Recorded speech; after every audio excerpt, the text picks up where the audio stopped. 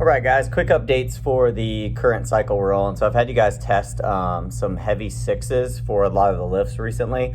As you guys have noticed, we did it a couple weeks in a row. The reason for this was to get you guys really comfortable in that rep range to actually find some numbers that were heavy for you. So we're going to be doing kind of like a method that me and Angela have been working with. We did a little bit of high intensity bodybuilding for the past couple of months.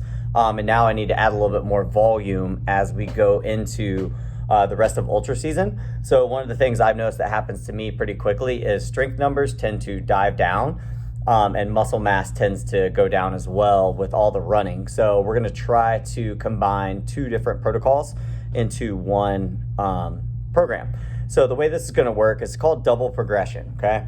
So I want you guys to make sure we're working. Basically the way it works is we're working in the 4 to 6 rep range. Okay. So all of our main lifts that I usually put for 6, as long as you can hit 4, you're good. If you hit 5, you're good. And if you hit 6, you're good. So we're working in that rep range. So I'll program it 3 by 6. And what that means is you pick a weight that you can hit maybe 6 reps on the first set, 5 reps on the next set, 4 reps on the next set. As long as you don't fall under 4, that weight is good. Now, the double progression part comes in when I hit, let's take a back squat, for example, okay? On Wednesdays, we back squat, we build to a heavy 6. Moving forward, we're gonna do whatever that number was for all 3 sets. So I'm just gonna put an example, say 225.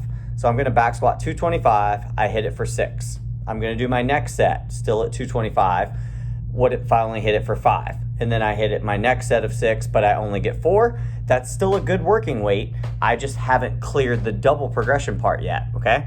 So I keep using that same 225 each week on back squat workout until I hit all 3 sets of 6. Once you've completed all 3 sets of 6 successfully, then you can add 5 to 10 pounds to the bar. What I usually recommend is for upper body movements, only adding 5 pounds to the bar. And for lower body movements, you can add 10 pounds to the bar, total weight, okay? Then the next week, so that's gonna bring me up to 235. I need to do my first set at 235.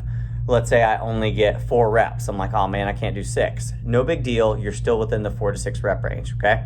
So I hope that helps, guys. Double progression, you can only bump up the weight when you've successfully lifted all 3 sets in a row of 6 at the same weight.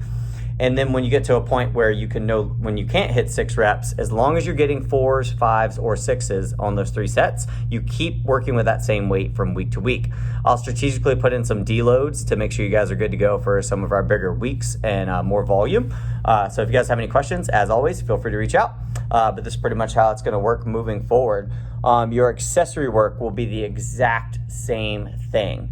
We're gonna work our way from 12 all the way down to the 6 to 8 rep range. We're gonna try to keep the volume a little bit lower and the intensity a lot higher so we keep our strength. So the same rules apply for the 3 by 12, 3 by 10, 3 by 8. I'm eventually gonna get you guys all the way down to 6 to 8 reps on your accessory work as well, okay? So guys, get after it. Let me know how you like it and see you on the leaderboard.